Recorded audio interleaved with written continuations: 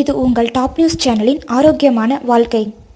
மனிதர்களின் வாழ்க்கையிலும் சரி, ஆரோக்கியத்திலும் சரி, தூக்கம் என்பது முக்கிய பங்கு வகிக்கிறது. தூங்குவதில் பலருக்கு பல பிரச்சனைகள் இருக்கும். அது தூங்கும் நிலையை பொறுத்தே அமைகின்றது. அப்படி ஏற்படும் பிரச்சனைகளையும் அதற்கான தீர்வுகளையும் இங்கு காண்போம். பலருக்கு காலையில் தூங்கி எழுந்தவுடன் முதுகுவலி அல்லது கழுத்து வலி இருக்கும். இதற்கு முக்கிய காரணம் குப்புறவாட்டமில்லாமல் படுப்பது.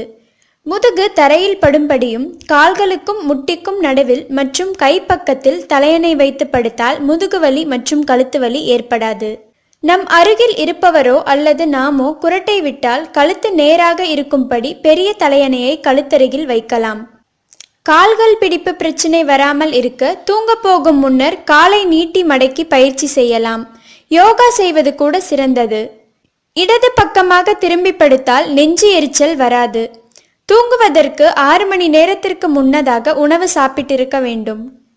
தலையணையில் வைத்து கால்கள் உயர்த்தி பயிற்சி செய்தால் கால்களுக்கு நல்ல இரத்த ஓட்டம் கிடைத்து வலி ஏற்படாது.